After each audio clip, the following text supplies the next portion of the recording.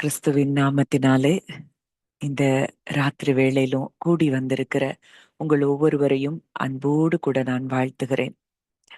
கர்த்தரை தேடுகிறவர்களுக்கோ ஒரு நன்மையும் குறைவுபடாது. இந்த வேளையில கூட அவரை தேடும்படிக்கு, அவர் எப்படிப்பட்டவர் என்பதை நாம் அறியும்படிக்கு இந்த இடத்துல நம்மை தேவன் ஒன்று சேர்த்திருக்கிறார்னா, உங்களுடைய வாழ்க்கையில எந்த பகுதிகளிலும் நன்மைகள் குறைவுபடாது. சிங்கக்குட்டிகள் தாழ்ச்சியடைந்து பட்டினியாயிருக்கும், கர்த்தரை தேடுகிறவர்களுக்கோ ஒரு நன்மையும் குறைவுபடாது. ஒருவேளை இந்த நேரத்துல உலகத்துல இருக்கிற மக்கள் இந்தந்த என்டர்டெயின்மெண்ட் இதுல எல்லாமோ அவங்களுடைய எண்ணங்களை செலுத்தி கொண்டிருக்கிற நேரத்துல தேவனை அறிய வேண்டும், அவர் எப்படிப்பட்டவர் என்பதை அறியும்படிக்கு இந்த இடத்துல ஒன்று கூடி வந்திருக்கிற நம் ஒவ்வொருவரையும் பரலோகம் பார்க்கிறதை நீங்கள் அறிந்து கொள்ள வேண்டும். நம்ம ஒவ்வொரு செயலையும் பரலோகம் கவனித்து கொண்டிருக்கிறது.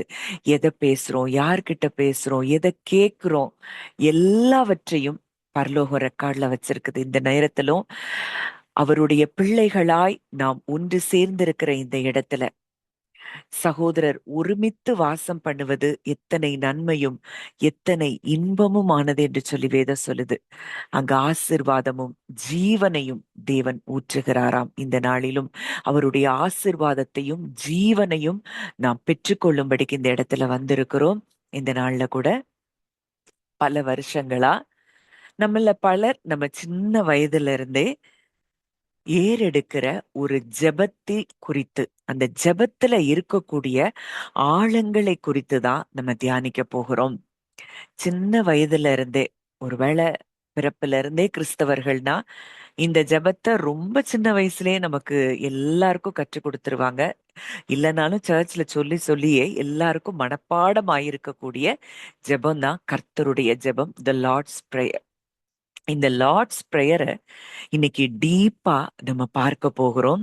அதில் இருக்கக்கூடிய ரகசியங்கள், உள்ளான அர்த்தங்கள் எல்லாவற்றையும் அறிந்து கொள்ளும் பொழுதே நம்மளுடைய இருதயம் அது கொழுந்து விட்டு எரியும்.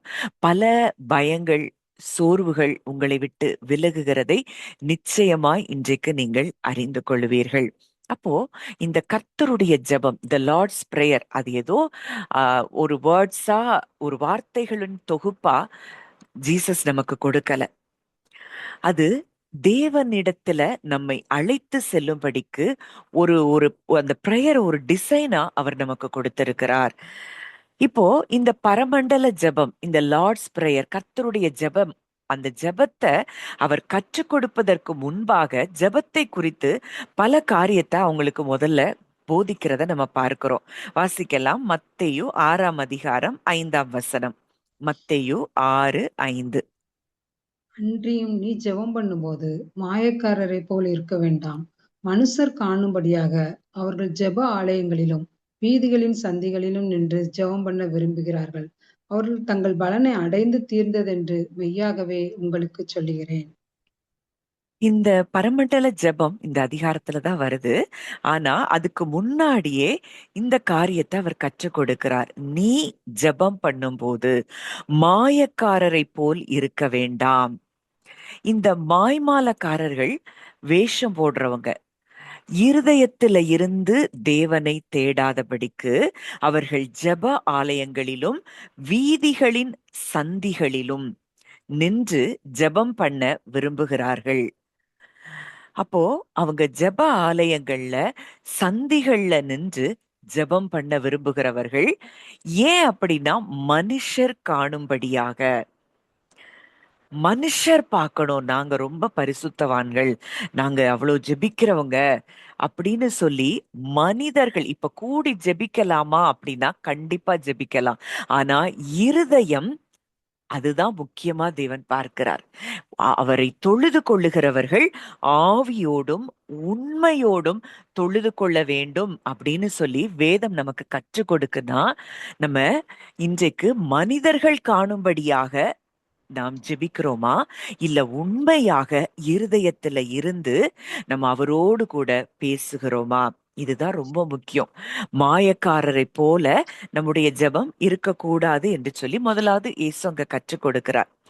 அடுத்ததா நம்ம பார்க்கிறோம். அடுத்த வசனம் வாசிங்க. நீயோ ஜெபம் பண்ணும்போது உன் அறை வீட்டுக்குள் பிரவேசித்து உன் கதவை பூட்டி அந்தரங்கத்திற்கிற உன் பிதாவை நோக்கி ஜெபம் பண்ணு. அப்பொழுது அந்தரங்கத்தில் பார்க்கிற உன் பிதா வெளியரங்கமாய் உனக்கு பலனளிப்பார். இப்போ இங்க என்ன சொல்றாரு? உன் அறை வீட்டுக்குள் பிரவேசித்து உன் கதவை பூட்டி அந்தரங்கத்தில் இருக்கிற உன் பிதாவை நோக்கி ஜெபம் பண்ணு. இப்போ உள் அறைக்கு போகிறது. அறைய பூட்டி அப்படின்னு சொல்லுது. இந்த அறை, அதுக்கு இங்கிலீஷ்ல கிளாசெட் அப்படின்னு சொல்லப்பட்டிருக்கு. அப்போ இது பழங்கால அந்த கிரேக்கர்கள் வாழ்கிற வீடுகள்ல உள் பகுதியில இருக்கிற ஒரு ரகசிய அறையை குறிக்கிறதாய் இந்த வார்த்தை இருக்குதாம். இந்த இந்த இடம் எப்படி இருக்கும்? அமைதியா இருக்கும். வெளியில வெளியில இருந்து வர்ற எந்த சத்தமும் கேட்காத ஒரு இடம். ரொம்ப முக்கியமானவற்றை பாதுகாக்கிற இடம்தான் இந்த இடம். அப்போ இயேசு சொல்றாரு, வெளியில இல்ல, உன் உள்ளத்தின் ஆழத்துக்குள்ள நீ போ. அந்தரங்கத்தில் இருக்கிற உன் பிதாவை நோக்கி உன் அறை கதவை பூட்டு. வேற வெளியில எந்த சத்தங்களுக்கும் இடம் கொடுக்காதபடி உன் உள்ளான அறையை பூட்டி நீங்களும் அவரும் மட்டும்தான். அதுதான் இந்த வார்த்தைக்கு அர்த்தமா இருக்கிறது. அப்பொழுது அந்தரங்கத்தில் பார்க்கிற உன் பிதா வெளியரங்கமாய் உனக்கு பலனளிப்பார். அப்போ உங்க அந்தரங்கத்துல, நீங்க இருதயத்துல இருந்து, ஃப்ரம் த ஹார்ட், நீங்க அவர்கிட்ட என்ன பேசுறீங்களோ அதற்கு நிச்சயமாய் அவர் பலன் கொடுப்பார். நம்ம இருதயத்தை இந்த ஜெபம் எவ்வளோ நம்ம முக்கியத்துவப்படுத்துது, இயேசு எவ்வளவு முக்கியத்துவப்படுத்துகிறார்ங்கிறத இந்த வார்த்தைகளின் மூலம் நாம் அறிய முடியும். உள்ள போகணும், டீப் இன்சைடு. இப்ப அடுத்த வசனம் வாசிக்கலாம். அன்றியும் நீங்கள் ஜெபம் பண்ணும்போது அஞ்ஞானிகளைப் போல வீண் வார்த்தைகளை அளப்பாதேயுங்கள். அவர்கள் அதிக வசனிப்பினால் தங்கள் ஜெபம் கேட்கப்படும் என்று நினைக்கிறார்கள். ஆ, வீண் வார்த்தைகளை, வெயின் வேர்ட்ஸ், இருதயத்துல இருந்து வார்த்தை வராம சும்மா வீணா எதையோ ஒன்ன பேசிக்கிட்டு இருக்கிறது ஜெபம் அல்ல. அவங்க என்ன நினைக்கிறாங்க? அதிகமா நம்ம அப்படி பேசிக்கிட்டே ஜெபம் பண்ணிக்கிட்டே இருந்தோம் அப்படின்னா நம்ம ஜெபம் கேட்கப்படும் அப்படின்னு நினைக்கிறாங்க. ஆனா அப்படி கிடையாது. இருதயத்துல இருந்து நீங்க ஒரு தடவை ஒரு காரியத்தை பேசினாலும் பரலோகம் அதை ரொம்ப வேல்யூ பண்றத நீங்க அறிந்து கொள்ள வேண்டும். தானியேல்ட்ட சொல்றான், நீ மிகவும் பிரியமானவன், நீ வேண்டிக் கொள்ள தொடங்கின போதே. நம்ம வேண்டிக் கொள்ள தொடங்கும் பொழுதே பரலோகம் நமக்காக செவி சாய்க்கிறது. தேவன் நம்முடைய ஜெபத்தை கேட்டுக்கொண்டிருக்கிறார், அவர் நமக்கு செவி கொடுக்கிறார் அப்படிங்கிறத நம்ம அறிந்து கொள்ள வேண்டியது அவசியம். இங்க வீணான வார்த்தைகளை சொல்லி சொல்லி இப்படி என்னவோ அவரை அட்ராக்ட் பண்றதுக்காக நம்ம அலங்காரமான வார்த்தைகள் எல்லாம் பேசினாதான் அவர் பதில் கொடுப்பார்னு சொல்லி வீண் வார்த்தைகளை அலப்பாதேயுங்கள். அதிக வசனிப்பினால் ஜெபம் கேட்கப்படும் என்று நினைக்கிறார்கள். அவங்க நினைக்கிறாங்க நீங்க அதிகமான வார்த்தைகளை போட்டு அப்படி போட்டு இப்படி போட்டு இவங்க அழகான வசனங்களை பேசினா தேவன் கேட்டுருவாருன்னு. ஆனா இருதயம் எங்க இருக்கு? இருதயம் யாரோடு கூட தொடர்பில் இருக்கிறது? அதுதான் ரொம்ப முக்கியம். இருதயம், நம்ம ஜெபிக்க போகும் பொழுதே நம்முடைய இருதயம் தேவனோடு கூட தொடர்புல இருக்கா? இந்த உலகத்தின் எல்லா சத்தங்களிலும் இருந்து விடுதலை பெற்று நம்ம உள்ளான அறைக்குள்ள, உள் ஆழத்துக்குள்ள நம்ம கடந்து போகிறோமா? இல்ல உலகம் பார்க்கும்படிக்கு நம்ம ஜெபித்து கொண்டிருக்கிறோமா? இல்ல அதிகமா எதையோ அப்படி வசனத்தை போட்டு போட்டு இப்படி அலங்காரமா பேசினாதான் நம்ம ஜெபம் கேட்கப்படும் என்று நினைத்து கொண்டிருக்கிறோமா? இதெல்லாம் இயேசு சொல்றாரு. இந்த பரமண்டல ஜெபத்தை சொல்றதுக்கு முன்னாடி நீ யாருகிட்ட பேச போற அத முதல்ல நீ அறியணும். அடுத்ததா வசனம், 8வது வசனம் வாசிங்கன்றி. அவர்களைப் போல நீங்கள் செய்யாதிருங்கள். உங்கள் பிதாவை நோக்கி நீங்கள் வேண்டிக் கொள்ளுகிறதற்கு முன்னமே உங்களுக்கு இன்னது தேவை என்று அவர் அறிந்திருக்கிறார். உங்கள் பிதாவை நோக்கி நீங்கள் வேண்டிக் கொள்ளுகிறதற்கு முன்னமே உங்களுக்கு இன்னது தேவை என்று அவர் அறிந்திருக்கிறார். அப்போ தேவன் நம்ம தேவைகளை அறிந்திருந்தா, அப்போ நம்ம பிரேயரோட நோக்கம் என்ன? தேவனுக்கு இன்ஃபர்மேஷன் கொடுக்கிறதா? இல்ல. அப்போ இந்த ஜெபம் வேற எதை கற்றுக் கொடுக்குது? அவரோடு கூட இருக்கிற உறவுக்குள் நாம் செல்லும்படியாக இந்த ஜெபம் நமக்கு கற்றுக் கொடுக்கிறது. கொஞ்சம் மியூட் போட்டுக்கோங்க. நிறைய பேர் மியூட் போடாம இருக்கீங்கன்னு நினைக்கிறேன். லிசனிங்.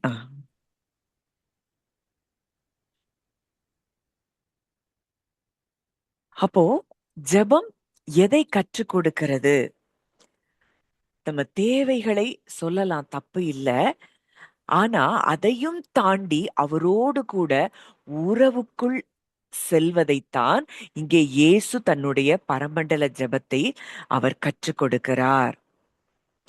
அப்போ அமைதியான இடம், வெளிப்புற சத்தம் இல்லாத ஒரு இடம், இதெல்லாம் அந்த பழைய ஏற்பாட்டிலேயே பரிசுத்தவான்கள் அப்படிப்பட்ட ஒரு இடத்துக்குள்ள அவங்க கடந்து போறத பார்க்கிறோம். எலியா அந்த வனாந்திரத்துல தேவனுடைய சத்தத்தை அங்க தனிமையில் அவர் கேட்கிறார். மோசே லட்சக்கணக்கான மக்களை வழி நடத்தினவர். ஆனா தேவனுடைய மகிமைய அவர் கூட்டத்துல இல்ல, மலை உச்சியில தனிமையில அவருடைய பிரசன்னத்தை, அவருடைய மகிமையை அவர் பார்க்கிறார். இப்ப இயேசுவையும் பார்க்கிறோம். நிறைய பேருக்கு ஊழியர் செய்யறாரு. அடிக்கடியாய் அவர் தனிமையான இடங்களுக்கு சென்று ஜெபிக்கிறத பார்க்கிறோம். மார்க் 1 35 வாசிக்கலாம். மார்க் 1:35. அவர் அதிகாலையில் இருட்டோடு எழுந்து புறப்பட்டு வனாந்தரமான ஒரு இடத்திற்கு போய் அங்கே ஜெபம் பண்ணினார். அவர் அதிகாலையில் இருட்டோடே எழுந்து புறப்பட்டு வனாந்தரமான ஒரு இடத்திற்கு போய் அங்கே ஜெபம் பண்ணினார். அப்போ நமக்கு ரெவலேஷன்ஸ் வேணும். இன்னும் ஆண்டவரை பத்தி அறியணும்னா நமக்கு உள்ளுக்குள்ள முதல்ல போகணும். நம்ம தனிமையாய் நம்ம கடந்து போய் அவரோடு கூட உறவிலே நாம் இருப்பது மிகவும் அவசியம். நிறைய காரியங்கள் நம்முடைய தனிமையில தான் நிறைய வெளிப்பாடுகள் நமக்கு கிடைக்குது. இந்த வெளிப்பாடுகளை நீங்க பெற்றுக்கொள்ளதான் நீங்க தைரியம் உள்ளவர்களாய் மாறுவீர்கள். அவரை அறிகிற அறிவில வளருகிறீர்கள் என்பது அர்த்தம். இல்ல இன்னும் நம்ம கூட்டத்தோட சேர்ந்து ஏதோ ஒரு ஜெபத்தை பண்ணணும் அப்படி இல்ல. நீங்க தனிமையில ஒவ்வொருவரும் உங்களுக்குள்ளே, உங்க இருதயத்துக்குள்ளேயே உங்களுக்குள்ள அவர் இருக்கிறார்னா, உங்களுக்குள்ள இருக்கிற அந்த ஆண்டவரோடு கூட நீங்க தனிமையில அந்த இன்டிமசிக்குள்ள போய் ஜெபிக்க வேண்டியது அவசியம். உறவு கொள்ள வேண்டியது அவசியம். இப்போ முதல்ல ஒரு வார்த்தை அங்க சொல்றாரு அந்த ஜெபத்துல. அந்த மத்தேயு 6 வாசிங்க. மத்தேயு நீங்கள் 6:9. நீங்கள் ஜெபம் பண்ண வேண்டிய விதமாவது, பரமண்டலங்களில் இருக்கிற எங்கள் பிதாவே, உம்முடைய நாமம் பரிசுத்தப்படுவதாக. பரமண்டலங்களில் இருக்கிற எங்கள் பிதாவே.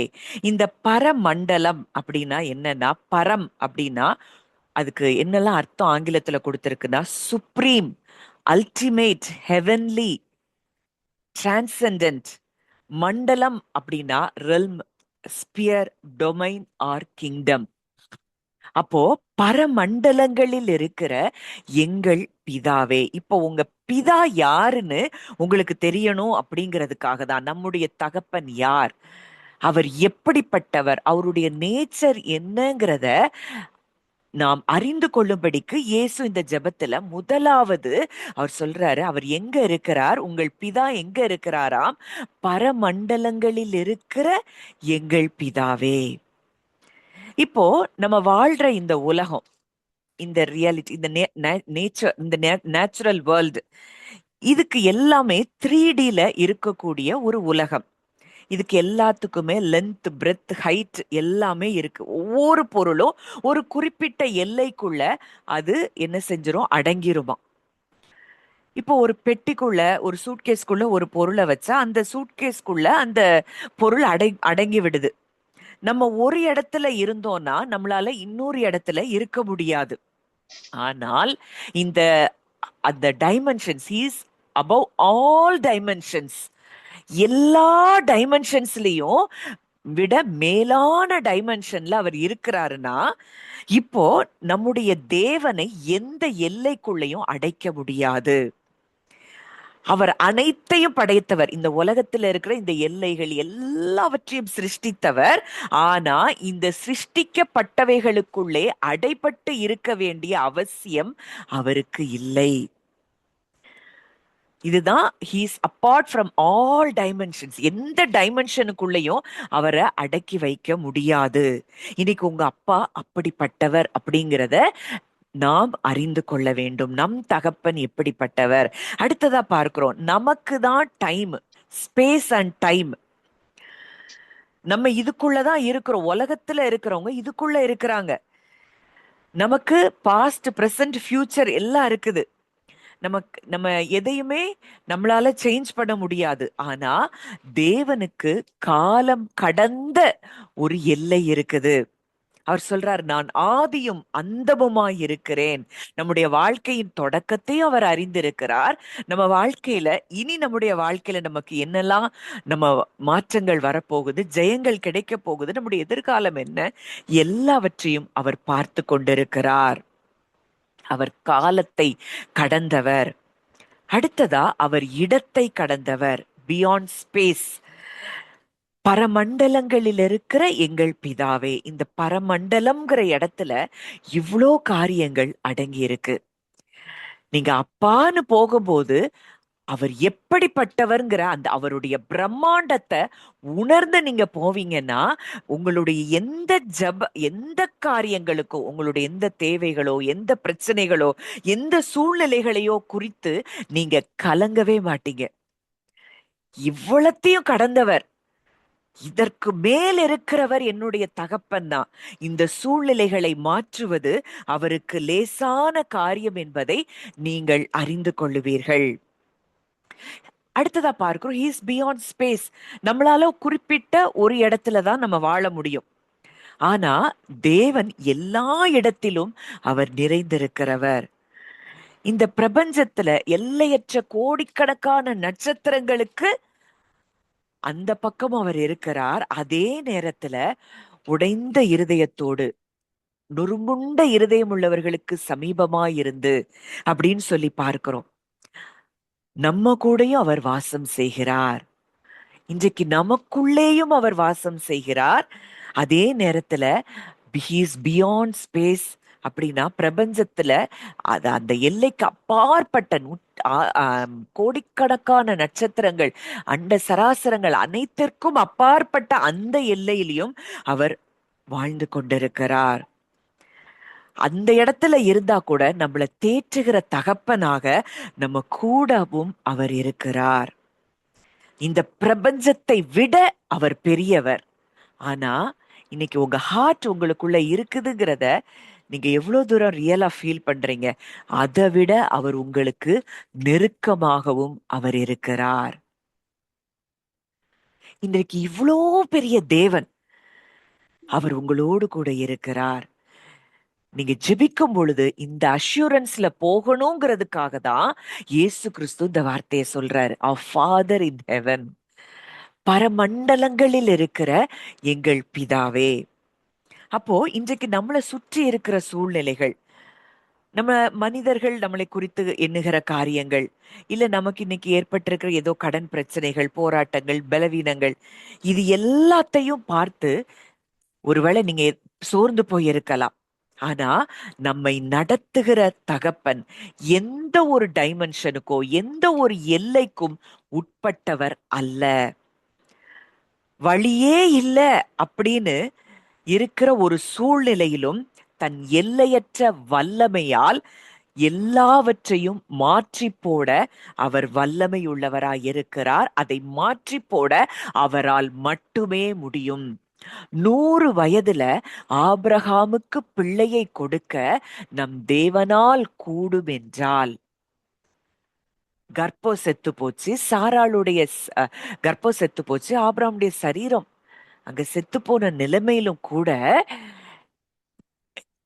நம்ம தகப்பன் எப்படிப்பட்டவர்? He is beyond space and time. அவருக்கு வயசு முக்கியம் இல்ல, அவருக்கு உங்க சரீரத்தின் அவயவம் முக்கியம் இல்ல. அவரால் எதையும் எந்த வயதிலையும் அவரால் உயிர்ப்பிக்க முடியும். அப்படிப்பட்டவர் தான் உங்களுடைய தகப்பன் என்பதை நீங்கள் அறிந்து கொள்வீங்கன்னா, இந்த நாளிலே உங்களுக்கு ஏற்பட்ட பயங்கள், சோர்வுகள், கலக்கங்கள் எல்லாவற்றிலிருந்தும் நீங்க வெளியே வர முடியும். அவர் எல்லா கணிப்புகள், he's omni present and omni potent அப்படின்னு பார்க்கிறோம். அவர் எல்லா இடத்திலையும் அவர் இருக்கக்கூடியவர், எல்லாவற்றையும் செய்யக்கூடிய வல்லமையுள்ளவர். அந்த தகப்பனிடத்துல தான் ஜெபிக்கும்படிக்கு இயேசு நமக்கு கற்றுக் கொடுக்கிறார். பரமண்டலங்களில் இருக்கிற எங்கள் பிதாவே. அப்போ நம்ம இந்த நீளம், அகலம், ஆழம், உயரம் இது எதுவும் அவரை இந்த ஒரு இந்த நேச்சுரல் இதுக்குள்ள அவரை என்ன செய்ய முடியாது, அடக்கவே முடியாது. இன்றைக்கு பவுல் எழுதுறாரு, நம்முடைய குடியிருப்போ பரலோகத்தில் இருக்கிறது. இன்னைக்கு நம்ம குடியிருப்பே, இயேசு சொல்றாரு நிக்கோதேமுட்ட, பரலோகத்தில் இருக்கிறவர் பரலோகத்தில் இருந்து இறங்கினவர் இன்றைக்கு உன்னதத்திலே நம்மையும் அவரோடு கூட உட்கார செய்திருக்கிறார் என்றால், இன்றைக்கு இந்த பூமிக்குரிய எந்த லாஸும் உங்களுக்கு என்ன செய்ய முடியாது, உங்களை அஃபெக்ட் பண்ண முடியாத இடத்துல தேவன் உங்களை உட்கார வைத்திருக்கிறார். அந்த டைமென்ஷன்ல நாமும் உட்கார வைக்கப்பட்டிருக்கிறோம். இதை நம்ம எந்த அளவுக்கு நம்முடைய ஆவியில உணர ஆரம்பிக்கிறோமோ அந்த அளவுக்கு நீங்க விடுதலைய அனுபவிக்க முடியும். கடவுள் இந்த பிரபஞ்சத்தை நிறைய விதிகளுக்குள்ள உருவாக்கி வச்சிருக்கிறாரு. ஆனா அவர் எந்த விதிகளுக்கும் கட்டுப்பட்டவர் அல்ல. இப்போ தண்ணியில நடந்தா மூழ்கதான் செய்யணும், அதுதான் லா. ஆனா அவர் நடந்தப்போ தண்ணீர்ல மூழ்கல. காரணம், அந்த லாவை படைச்சதே அவர்தான். அவர் அந்த லாவுக்கு உட்பட்டவர் அல்ல. இப்ப பேதுருவ நீ வான்னு கூப்பிடும் பொழுது பேதுருவும் அதுல பங்கெடுக்கிறவனா இருக்கிறான். அங்க கடல் மேல அவனும் நடக்கிறத பார்க்கிறோம். இந்த லா அவனுக்கும், பூமியில உள்ள லா அவனுக்கும் செயல்படாதபடி அவன் கடல் மேல் நடந்தான். ஆனா எப்போ இந்த நேச்சுரல் லாவை அவன் பார்த்தானோ அப்போ அங்க மூழ்கி போகிறத பார்க்கிறோம். இன்றைக்கும் நம்ம வாழ்க்கையிலயும் அப்படித்தான். எப்போல்லாம் இந்த நேச்சுரல் வேர்ல்ட நம்ம பெருசா பார்க்கிறோமோ அப்போ நமக்கு என்ன வருது, பயம் வருது, கவலை வருது, நாமும் மூழ்கி போக ஆரம்பிக்கிறோம். அப்போ இந்த பிரபஞ்சத்தை படைத்தவர் எந்த லாக்குள்ளயும் அவரை நம்ம என்ன செய்ய முடியாது, அடக்க முடியாது. இன்னைக்கு இந்த எல்லா பரிமாணங்களையும் கடந்தவர், எல்லா டைமென்ஷன்ஸையும் கடந்தவர் இன்னைக்கு தூரத்துல மாத்திரம் அல்ல, நம்ம கூட, நமக்குள்ள, நம்ம பக்கத்துல இருக்கிறார். அவருக்குள்ளதான் நம்ம இருக்கிறோம். எல்லாவற்றிலும் அவரை பார்க்க முடியும். நம்ம ரோமர் 1:20 பார்க்கிறோம். காணக்கூடாத அவருடைய நித்திய வல்லமை, தெய்வத்துவத்தை எதுல பார்க்கிறோம்? காணக்கூடிய சிருஷ்டிப்புல பார்க்கிறோமா? அப்போ ஒவ்வொரு நொடி பொழுதும் அவரை, அந்த பரம்பொருளாகிய அவரை நம்ம எல்லா சிருஷ்டிப்புலையும் அவரை பார்க்க முடியும். அவருடைய வல்லமைய அந்த சிருஷ்டிப்புக்குள்ள நம்ம என்ன செய்ய முடியும், பார்க்க முடியும். இப்போ அவர் அப்பாற்பட்டவர் அப்படின்னு சொல்லி அழைக்கிறோம். எல்லா பரிணாமங்களுக்கும், எல்லா டைமென்ஷன்ஸுக்கும் அப்பாற்பட்டவர்னு நம்ம சொல்றோம். அப்போ அது என்னதை குறிக்குது அப்படின்னா, நம்முடைய ஹியூமன் மைண்ட், மனிதனுடைய அறிவின் எல்லையை நம்ம என்ன செய்யணும், அந்த இடத்துல ஒத்துக்கொள்ளணும். நம்முடைய லாங்குவேஜ், நம்முடைய எண்ணங்கள், இது எல்லாம் ஒரு லிமிட்டேஷனுக்குள்ளதான் இருக்கு. ஆனா இந்த லிமிட்டேஷன்ஸ் எல்லாத்தையும் கடந்த ஒரு பிரம்மாண்டமாய் அவர் இருக்கிறார். அத நம்ம பார்க்க பார்க்க தான் நமக்குள்ள என்ன வரும்? ஒரு ஆச்சரியம். எவ்வளோ பெரியவரு, எவ்வளோ வல்லமையுள்ளவர், எவ்வளோ மகத்துவமானவர் அப்படின்னு நம்ம உள்ளுக்குள்ள போய் அவரை பார்க்க பார்க்க பார்க்க பார்க்க நமக்கு அந்த ஆச்சரியமான அவரை ஆச்சரியமா நம்ம பார்க்க முடியும். அங்கதான் தாழ்மையே நமக்கு உண்டாகும். அப்போ அவ்வளோ பிரம்மாண்டமானவர் இன்றைக்கு நமக்கு தகப்பனாக இருக்கிறார். இப்போ வெளிப்படுத்துதல்ல இந்த தூதர்கள் எல்லாரும் அவரை ஆராதிக்கிறத நம்ம பார்க்கிறோம். அங்க நம்ம வாசிக்கலாம். 3வது வசனம் வாசிங்க. வெளிப்படுத்துதல் 4:3. 3ல இருந்து வாசிங்க. வீட்டிருந்தவர் பார்வைக்கு வச்சிரக்கல்லுக்கும் மகராத்துக்கும் ஒப்பாய் இருந்தார். அந்த சிங்காசனத்தை சுற்றி ஒரு வானவில் இருந்தது. அது அவர் பார்வைக்கு மரகதம் போல் தோன்றிற்று. அந்த சிங்காசனத்தை சூழ 24 சிங்காசனங்கள் இருந்தன. 24 மூப்பர்கள் வெண் வஸ்திரம் தரித்து தங்கள் சிறகுகளில் பொன்முடி சூடி அந்த சிங்காசனங்கள் மேல் உட்கார்ந்திருக்க கண்டேன். இப்ப அடுத்தது அதே அதுல 8வது வசனம் வாசிங்க. அந்த 4 ஜீவன்களிலும் ஒவ்வொன்று அவ்வாறு சிறகுகள் உள்ளவைகளும் சுற்றிலும் உள்ளேயும் கண்களால் நிறைந்தவளுமாய் இருந்தன. அவைகள் இருந்தவரும் இருக்கிறவரும் வருகிறவருமாகிய சர்வ வல்லமையுள்ள தேவனாகிய கர்த்தர் பரிசுத்தர் பரிசுத்தர் பரிசுத்தர் என்று இரவும் பகலும் ஓய்வில்லாமல் சொல்லிக் கொண்டிருந்தன. அந்த பிரம்மாண்டத்தை பார்த்து அவைகள் என்ன சொல்லிக் கொண்டிருந்தாங்களாம்? இருந்தவரும் இருக்கிறவரும் வருகிறவருமாகிய சர்வ வல்லமையுள்ள தேவனாகிய கர்த்தர். அவர் இருந்தவர், இருக்கிறவர், வருகிறவர். அவர் யாராம்? சர்வ வல்லமையுள்ள தேவனாகிய கர்த்தர். அவர்தான் இன்றைக்கு உங்களுக்கு தகப்பனாக இருக்கிறார். அததான் இயேசு சொல்லி கொடுக்கிறார். இவர்தான் உங்களுக்கு பிதா. இன்றைக்கு இப்படி ஒரு பிதா நமக்கு இருக்கும்போது இன்றைக்கு எதை குறித்து நீங்கள் கவலைப்படணும், கலங்கணும்? அடுத்ததா அங்க பார்க்கிறோம். 10வது வசனம் வாசிங்க. 10:11. 24 மூப்பர்களும் சிங்காசனத்தின் மேல் வீட்டிருக்கிறவருக்கு முன்பாக வணக்கமாய் விழுந்து சதா காலங்களிலும் உயிரோடு இருக்கிறவரை தொழுது கொண்டு தங்கள் கிரீடங்களை சிங்காசனத்துக்கு முன்பாக வைத்து, கர்த்தாவே, தேவரீர் மகிமையும் கனத்தையும் வல்லமையும் பெற்றுக்கொள்ளுகிறவருக்கு பாத்திரராய் இருக்கிறீர். நீரே சகலத்தையும் சிருஷ்டித்தீர். உம்முடைய சித்தத்தினாலே அவைகள் உண்டாக்கியிருக்கிறவைகளும் சிருஷ்டிக்கப்பட்டவைகளுமாய் இருக்கிறது என்றார்கள். இப்ப 24 மூப்பர்களும் சிங்காசனத்தின் மேல் வீற்றிருக்கிறவருக்கு முன்பாக வணக்கமாய் விழுந்து சதா காலங்களிலும் உயிரோடு இருக்கிறவரை தொழுது கொண்டு, அவங்கெல்லாம் அந்த மெஜஸ்டிய பாக்குறாங்க, அவருடைய மகத்துவத்தை, அவருடைய வல்லமைய பார்த்து என்ன செய்யறாங்க? தங்கள் கிரீடங்களை சிங்காசனத்திற்கு முன்பாக வைத்து, அங்கதான் தாழ்மை வருது.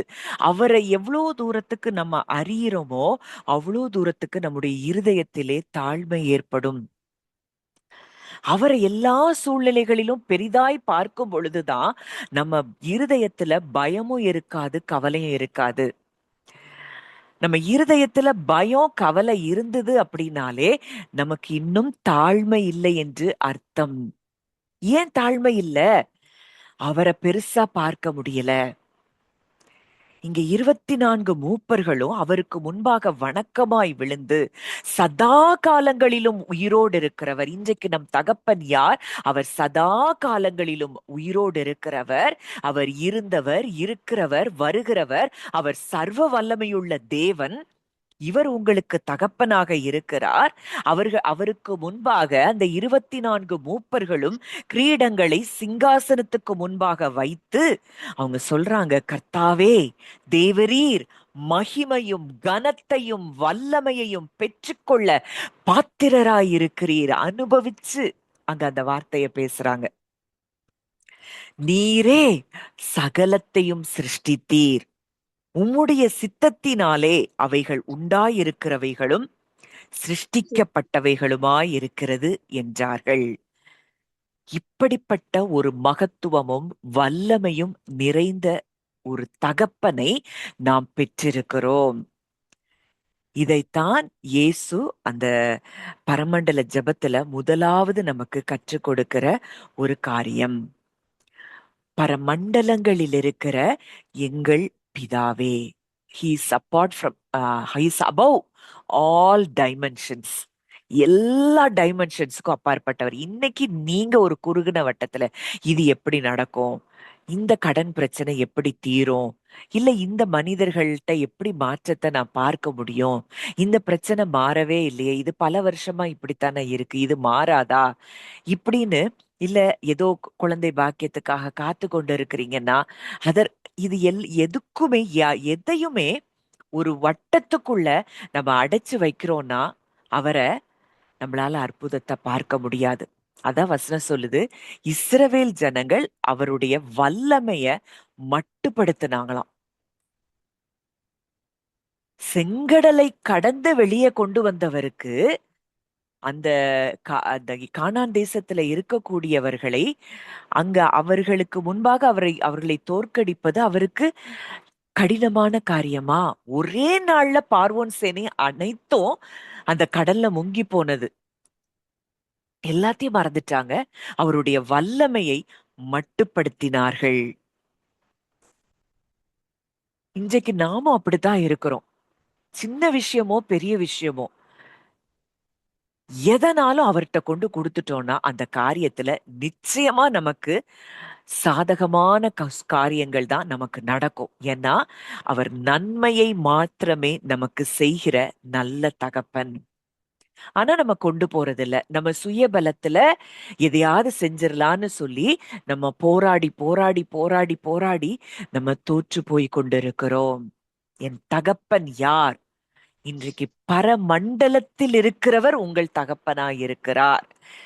அவர் அங்க இருந்தாலும் இன்றைக்கு உங்க கூடயும் இருக்கிறாரு, உங்களுக்குள்ளயும் இருக்கிறாரு.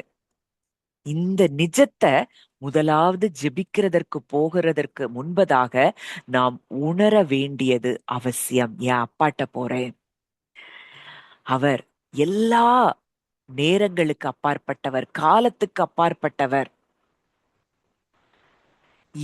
எந்த இடத்துலயும் என் தகப்பனால் அவர் செயல்பட முடியும், யாரிடத்திலையும் அவரால் செயல்பட முடியும்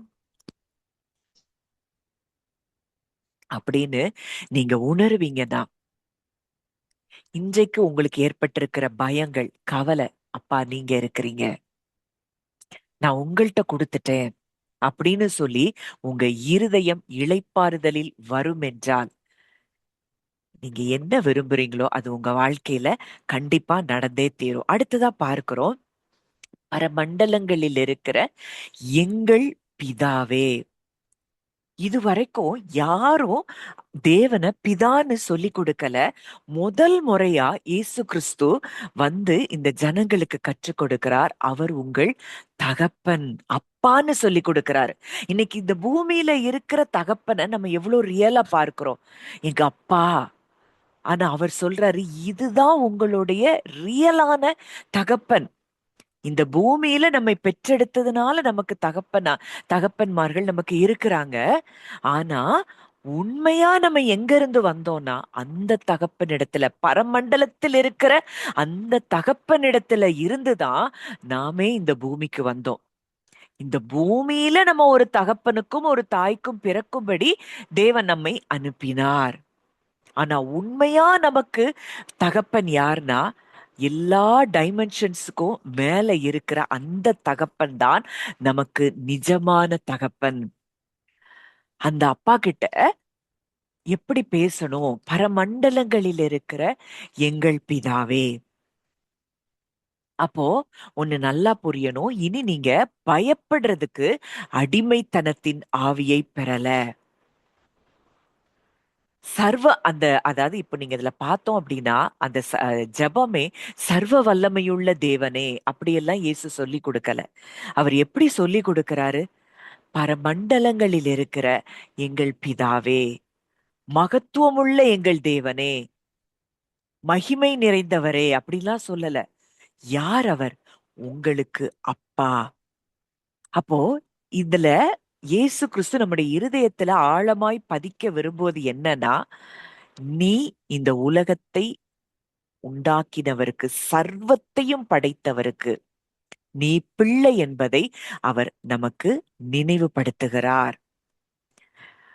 நம்ம அப்படியே ஏதோ வேலைக்காரங்களை போல, அடிமைகளை போல அவர்கிட்ட போய் கெஞ்சி நிக்க வேண்டியது அவசியம் இல்லை. நம்ம பிள்ளைகளாக அங்க வர்றோம்.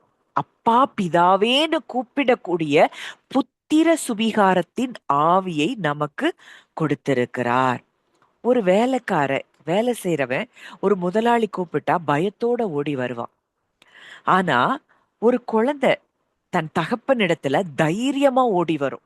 அப்படித்தான் நாமும் வரும்படிக்கு தேவன் நம்மை அழைக்கிறார். நம்ம எப்படி இருக்கிறோமோ அப்படியே வரணும். உங்களுக்கு என்ன எண்ணங்கள் இருக்கலாம், என்ன மாதிரியான ஒரு குழப்பமான எண்ணங்கள், மனநிலைகள் எப்படி இருந்தாலும் நீங்களா அதை டீல் பண்ணாம அதையும் அப்பா கிட்ட நீங்க கொண்டு வரும்படிக்கு அவர் நம்மை அழைக்கிறார். அப்பான்னு கூப்பிடக்கூடிய ஆவிய நமக்குள் அவர் ஊற்றி இருக்கிறார்.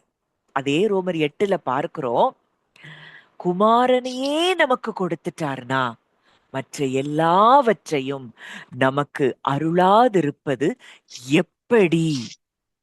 இன்னைக்கு நீங்க எந்த காரியத்தை குறிச்சு கலங்கிட்டு இருக்கிறீங்க? அவர் சொல்றாரு, நான் என் பிள்ளையே உனக்காக கொடுத்திருக்கிறேனே மகளே, நான் எப்படி உனக்கு இந்த காரியத்துல அற்புதத்தை செய்யாமல் இருப்பேன்? நீ என்கிட்ட கொடுத்துரு.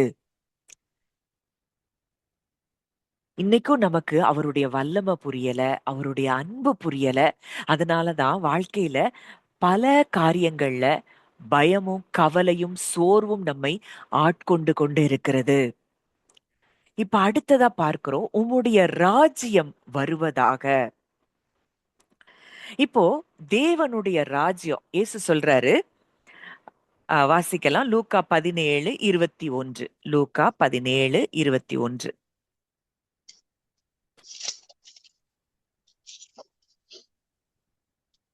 இதோ இங்கே என்றும் அதோ அங்கே என்றும் சொல்லப்படுகிறதுக்கு ஏது விராது. இதோ தேவனுடைய ராஜ்யம் உங்களுக்குள் இருக்கிறதே என்றார். இதோ இங்கே என்றும் அதோ அங்கே என்றும் சொல்லப்படுகிறதற்கு ஏது விராது. இதோ தேவனுடைய ராஜ்யம் உங்களுக்குள் இருக்கிறதே. அப்போ தேவனுடைய ராஜ்யங்கிறது ஒரு லிட்ரலா பிளேஸ் கிடையாது, அது தேவன் ஆட்சி செய்கிற இடம். இப்ப இந்த ராஜ்யம் எங்க வந்துருச்சு? நமக்குள்ள வந்துருச்சு. இங்க யார் ஆட்சி செய்கிறா அப்படிங்கிறது தான் முக்கியம். உங்க இருதயத்தின் சிந்தனைகளை யார் ஆளுகிறார்கள்? உங்களுடைய நீங்க எடுக்கிற டெசிஷன்ஸ்ல யார் வழி நடத்துகிறார்கள்? நீங்க ஃபிளஷ்ல டிசைட் பண்றீங்களா, இல்ல தேவனிலிருந்து நீங்க எல்லா காரியங்களிலும் முடிவெடுக்கிறீர்களா? உங்க எமோஷன்ஸ யார் நீ ஃபிளஷ்ல இருந்து உங்க எமோஷன்ஸ் அங்க வருதா, இல்ல ஸ்பிரிட்ல இருந்து உங்க எமோஷன்ஸ் அங்க உண்டாகுதா? இந்த கேள்விகளுக்கு பதில்தான் ராஜ்யம். இப்போ இந்த ராஜ்யம் எங்க இருக்கு? தேவனுடைய ராஜ்யம் உங்களுக்குள்ள வந்துட்டுன்னு சொல்றாரு. இந்த ராஜ்யம் நமக்குள்ள வந்துட்டுனா இந்த ராஜ்யத்தை ஆளுகை செய்கிறவர் தேவன் தான். ஆனா தேவனை ஆளுகை செய்ய விடுறோமா, இல்ல ஃபிளஷ்ல இருந்து நமக்கு நாமே சிந்தித்து கொண்டிருக்கிறோமா? இததான் அங்க இயேசு சொல்லி கொடுக்கிறார். பரமண்டலங்களில் இருக்கிற எங்கள் பிதாவே, உம்முடைய நாமம் பரிசுத்தப்படுவதாக, உம்முடைய ராஜ்யம் வருவதாக. அப்போ அங்க உம்முடைய நாமம் பரிசுத்தப்படுவதாகனா நம்முடைய வாழ்க்கையில எல்லா பகுதிகளிலும் அவருடைய நாமம் நமக்கு அவர் என்ன செய்யணும்? மகிமைப்படணும். இதுதான் அந்த வார்த்தை சொல்லுது. அடுத்ததாக உம்முடைய ராஜ்யம் வருவதாகனா நம்முடைய முற்றிலும் நம்முடைய ஆவி, ஆத்துமா, சரீரம் முழுவதையும் அவர் ஆட்சி செய்யும்படிக்கு நம்முடைய எண்ணங்களை நம்முடைய மைண்ட், வில், எமோஷன்ஸ் எல்லாத்தையும் அவர் ஆளுகை செய்யும்படிக்கு இடம் கொடுப்பதற்குத்தான் இந்த ஜெபத்தை நமக்கு கற்றுக் கொடுக்கிறார். உம்முடைய ராஜ்யம் வருவதாக, உம்முடைய ஆட்சி என் மேல வரட்டும், உம்முடைய எண்ணங்களிலிருந்து நான் சிந்திக்கட்டும். இப்போ நம்ம பார்க்கிறோம், யோசேப்பு அங்க அடிமையா தான் இருக்கிறா. ஆனா ராஜ்யம் அவனுக்குள்ள இருக்குது. அதனாலதான் அவன் போத்திபாருடைய மனைவிக்கு இணங்கல. சிறையில இருந்த பொழுதும் அவன் சமாதானத்தை இழக்கல. சூழ்நிலை அவனை ஆளுகை செய்யவில்லை, தேவன் அவனை ஆளுகை செய்தார். இன்றைக்கு புது உடன்படிக்கையில பழைய உடன்படிக்கையின் கீழே இருந்த பழைய அந்த ஆபிரகாமுக்குள்ள உடன்படிக்கை தான் யோசேப்புக்கு இருந்தது. அதுக்கப்புறம் தான் பழைய உடன்படிக்கையின் காலமே வந்தது. ஆனா அந்த நாட்களிலேயே யோசேப்பினுடைய இருதயத்தை தேவன் ஆட்சி செய்திருப்பார் என்றால், இன்றைக்கு புதிய இருதயத்தையும் புதிய ஆவியையும் நமக்குள்ளே தேவன் கொடுத்திருக்கிறார் என்பதை நாம் உணர்வோம் என்றால், இன்றைக்கு அவருடைய சிந்தனைகள் தான் நம்முடைய சிந்தனைகளாய் இருக்கும். அததான் பவுல் சொல்றாரு, எங்களுக்கோ கிறிஸ்துவின் சிந்தை உண்டாயிருக்கிறது. இப்போ அடுத்ததா நம்ம பார்க்கிறோம், உம்முடைய சித்தம் பரலோகத்திலே செய்யப்படுவது போல பூமியிலேயும் செய்யப்படுவதாக. அப்போ அவருடைய சித்தம் பரலோகத்துல முற்றிலும் செயல்பட்டு கொண்டிருக்கிறது. அவருடைய சித்தம் என்ன? சமாதானம், சந்தோஷம், சுகம், ஆசிர்வாதம் எல்லாம் அவருடைய சித்தம். அது பரலோகத்துல இருக்குதுன்னா பூமியிலேயும் உங்களுக்குள்ளேயும் ராஜ்யம் அந்த இடத்துல அவருடைய சித்தம் செய்யப்படும். உம்முடைய சித்தம் பரமண்டலத்திலே செய்யப்படுகிறது போல பூமியிலேயும் செய்யப்படுவதாக. அப்போ உலகத்துக்கும் நமக்கும் எந்த சம்பந்தமும் இல்லை. அவருடைய சித்தம், ராஜ்யம் நமக்குள்ள வந்துட்டுனா அவருடைய சித்தம் தான் நம்முடைய வாழ்க்கையில் செய்யப்படும். இததான் இயேசு நமக்காக ஜெபிக்க அன்றைக்கு கற்றுக் கொடுத்தார். அடுத்ததா நம்ம பார்க்கிறோம், அன்றன்றைக்குள்ள எங்கள் அப்பத்தை எங்களுக்கு வேண்டிய ஆகாரத்தை இன்று எங்களுக்கு தாரும். இன்னைக்கு நேற்றுக்கு நம்ம ஒரு காரியத்தை, ஒரு வார்த்தையை தியானிச்சிருப்போம். ஆனா இன்றைக்கு அது மறந்திருக்கும். இன்றைக்கு ஒவ்வொரு நாளும் நமக்கு என்ன வேணும்? அன்றன்றைக்கு வேண்டிய ஆகாரம், அந்த மன்னா நமக்கு என்ன செய்யணும்? தேவை. நேத்து நான் ஒரு வார்த்தையை பெற்றுக்கொண்டேன், அதுலயே இன்னைக்கு ஓட்டிடலான்னா நம்மளால ஓட்ட முடியாது.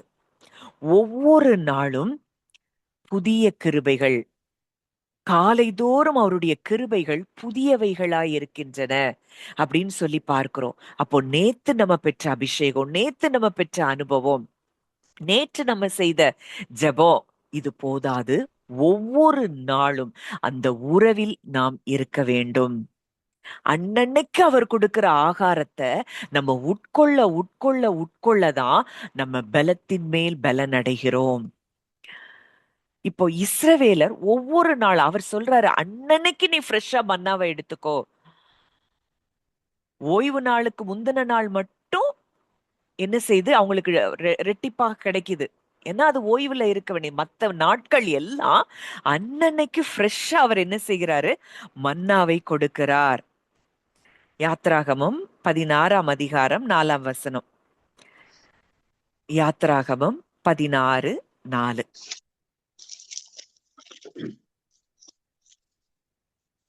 அப்பொழுது கர்த்தர் மோசேயை நோக்கி, நான் உங்களுக்கு வானத்திலிருந்து அப்பம் வர்ஷிக்க பண்ணுவேன். ஜனங்கள் போய் ஒவ்வொரு நாளுக்கும் வேண்டியதை ஒவ்வொரு நாளிலும் சேர்த்து கொள்ள வேண்டும். அதனால் அவர்கள் என் நியாயப்பிரமாணத்தின்படி நடப்பார்களோ நடக்க மாட்டார்களோ என்று அவர்களை சோதிப்பேன். இன்றைக்கு வானத்திலிருந்து அப்பம் வருஷிக்க பண்ணுவேன். ஜனங்கள் போய் ஒவ்வொரு நாளுக்கு வேண்டியதை ஒவ்வொரு நாளிலும் சேர்த்து கொள்ள வேண்டும். இன்றைக்கு ஜீவ அப்பமாகிய கிறிஸ்து, அவர் சொல்றாரு, ஜீவ அப்பம் நானே. அவர்தான் வார்த்தை. அவரிலிருந்து நம்ம ஒவ்வொரு நாளும் அனுதினமும் அந்த மன்னாவை பெற பெற பெறதான் நம்முடைய ஸ்பிரிச்சுவல் லைஃப் என்ன ஆகுது? ஸ்ட்ரென்தன் ஆகுது. யோவான் 6ல பார்க்கிறோம், உங்கள் பிதாக்கள் அந்த மன்னாவை புசித்திருந்தும் மரித்தார்களே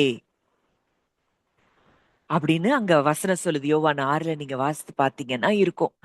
அவர் சொல்றாரு, ஜீவ அப்பம் நானே. அந்த வார்த்தையாகிய அந்த மன்னாவை நம்ம அனுதினமும் உட்கொள்ள ஆரம்பிக்கும் பொழுது நம்மில் இருக்கக்கூடிய பலவீனங்கள், வியாதிகள் எல்லாம் நம்மை விட்டு தானாக வெளியேறும். எந்த வார்த்தைய நம்ம உட்கொண்டு கொண்டு இருக்கிறோம்? மனுஷர் பேசுகிற வார்த்தைகளையா, இல்ல அவர் நமக்கு சொன்ன வார்த்தைகளையா? அனுதினமும் அந்த வார்த்தைய நம்ம உட்கொள்ள உட்கொள்ள உட்கொள்ள முற்றிலுமாய் நம்ம பாவம் மரணம் என்கிற பிரமாணத்திலிருந்து விடுதலை ஆகிறோம். அவருடைய ஜீவனின் ஆவியின் பிரமாணத்திலே நாம் வாழ ஆரம்பிப்போம். அடுத்ததா பார்க்கிறோம், மன்னிப்பை பத்தி அங்க சொல்லி கொடுக்கிறார் ஜெபத்துல. அதே அதிகாரம் அந்த வசனம் வாசிங்க, மத்தேயு 6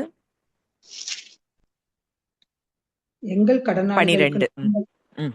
எங்கள் கடனாளிகளுக்கு நாங்கள் மன்னிக்கிறது போல எங்கள் கடன்களை எங்களுக்கு மன்னியும்.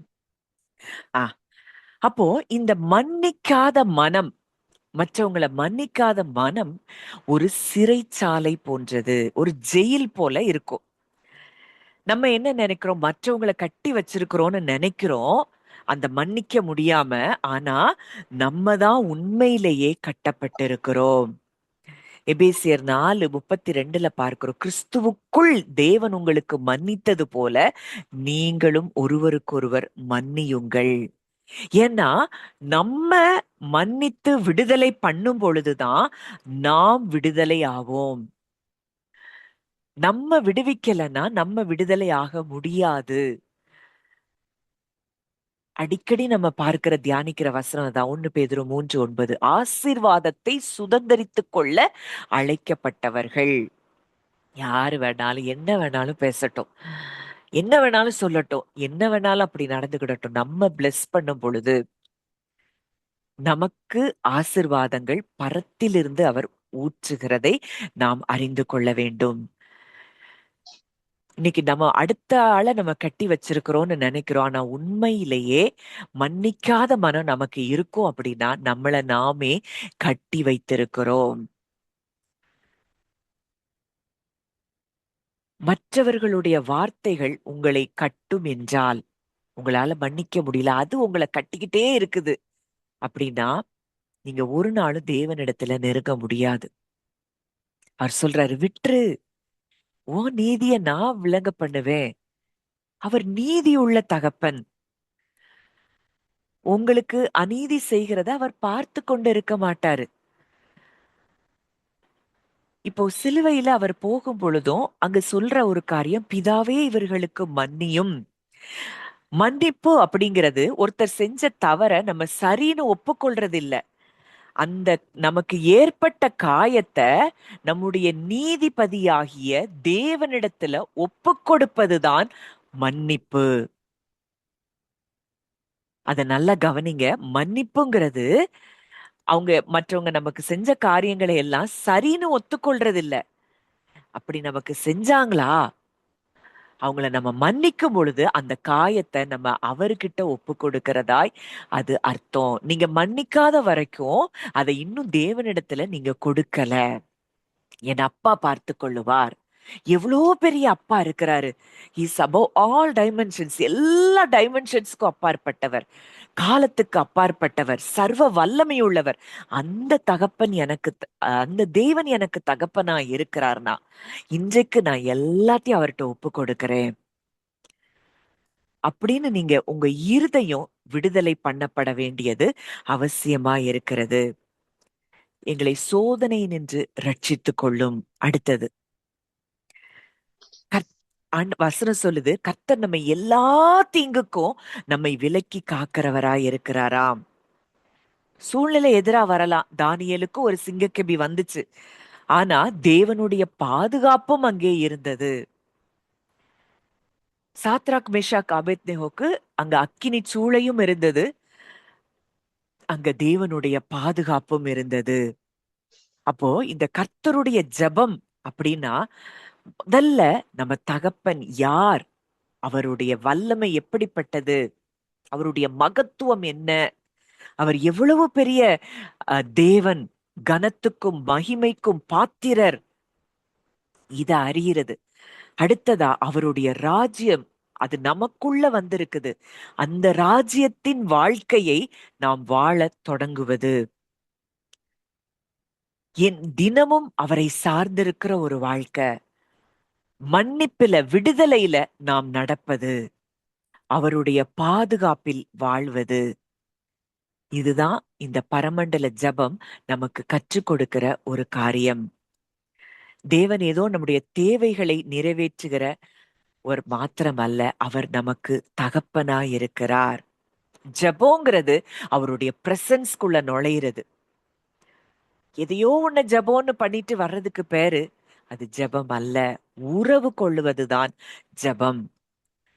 எரேமியால பார்க்கிறோம், நீங்கள் என்னை முழு இருதயத்தோடும் என்னை தேடினீர்களானால் என்னை தேடுகையில் என்னை கண்டடைவீர்கள்.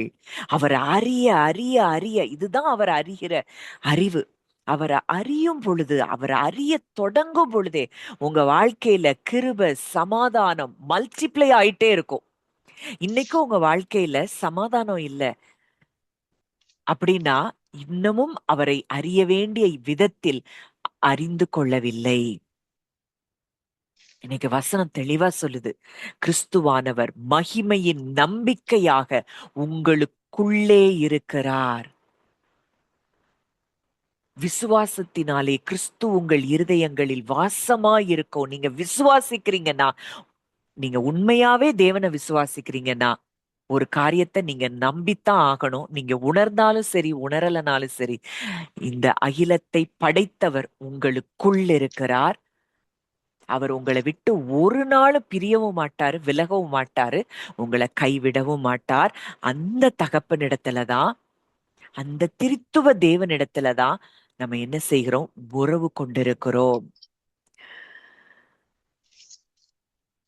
நம்ம பேசும் பொழுது நம்முடைய வார்த்தைகள், நம்ம என்னத்தையோ ஒண்ண பேசக்கூடாது. நம்ம அவரை தொழுது கொள்ளுகிறவர்கள் ஆவியோடும் ஜீவனில இருந்து அவர்கிட்ட நம்ம ஒவ்வொரு காரியத்தையும் நீங்க பேசிட்டு அவர்கிட்ட ஒப்பு கொடுத்துட்டு நீங்க ஃப்ரீயா ஆகும்போது அத்தனை ஜெபங்களுக்கும் உங்களுக்கு பதில் கிடைப்பது நிச்சயம். இந்த நாளிலும் இந்த வார்த்தைகள் உங்க ஒவ்வொருத்தரையும் பலப்படுத்தி இருக்குங்கிறத நான் நிச்சயமா விசுவாசிக்கிறேன். எப்பேற்பட்டவர் நம்முடைய தகப்பன், அவரை அறிந்து கொள்ளும்படிக்கு ஞானத்தையும் தெளிவையும் அளிக்கிற ஆவியை அவர் நமக்கு தர வேண்டும். அதான் பவுல் ஜெபிக்கிற ஜெபம். அவரை அறிந்து கொள்ளும்படிக்கு பிரகாசம் உள்ள மனக்கண்கள், இது நமக்கு உண்டாயிருச்சுன்னா போதும், நம்ம எதை குறிச்சும் வாழ்க்கையில கவலையும் பட மாட்டோம், பயப்படவும் மாட்டோம். இன்னமும் அவர் அன்பை நமக்கு பூரணமா அறியல, அதனாலதான் பயம். வசனம் சொல்லுது, பூரண அன்பு பயத்தை புறம்பே தள்ளும். என் அப்பாட்ட நான் போறேன், நான் சொல்லுவேன், என் அப்பா பார்த்து கொள்வார், அவ்வளவுதான். யார் என்ன பேசினான, என்ன சொன்னான, என்ன செஞ்சா என்ன, எதுவும் உங்களை பாதிக்க போகிறது இல்லை. இந்த உறுதிக்குள்ள நம்ம ஒவ்வொருத்தரும் கடந்து வர வேண்டியது அவசியமா இருக்கிறது. நம்ம அப்படியே கண்களை மூடி நம்ம ஜெபிக்கலாம். நல்ல தகப்பனே, நன்றியோடு உம்மை துதிக்கிறோம், ஸ்தோத்தரிக்கிறோம் அப்பா. இந்த நாளிலும் கூட கர்த்தாவே, அப்பா, நீங்க எங்களுக்கு இந்த உலகத்துல இருக்கும் பொழுது கற்றுக் கொடுத்த இந்த ஜெபத்தை நாங்கள் ஆழமாய் தியானிக்க எங்களுக்கு உதவி செய்தீர். You are above all dimensions. அப்பா, உங்களை காலத்துக்குள்ள, ஸ்பேஸுக்குள்ள எதுக்குள்ளேயும் அடக்கி வைக்க முடியாது. நீர் சர்வ வல்லமை உள்ளவர். நீர் எங்கும் நிறைந்திருக்கிறோம். எங்க வாழ்க்கையில என்ன நடக்குது, இந்த நொடியில நாங்க எங்க இருக்கிறோம், என்ன பிரச்சனையில இருக்கிறோம், எல்லாவற்றையும் நீங்க அறிந்திருக்கிறீங்கப்பா. அந்த உணர்வோடு எங்களுடைய எல்லா கவலைகளையும், எல்லா பயங்களையும் அப்பா, பரமண்டலத்தில் இருக்கிற எங்கள் தகப்பனிடத்துல ஒப்பு கொடுக்கிறோம்.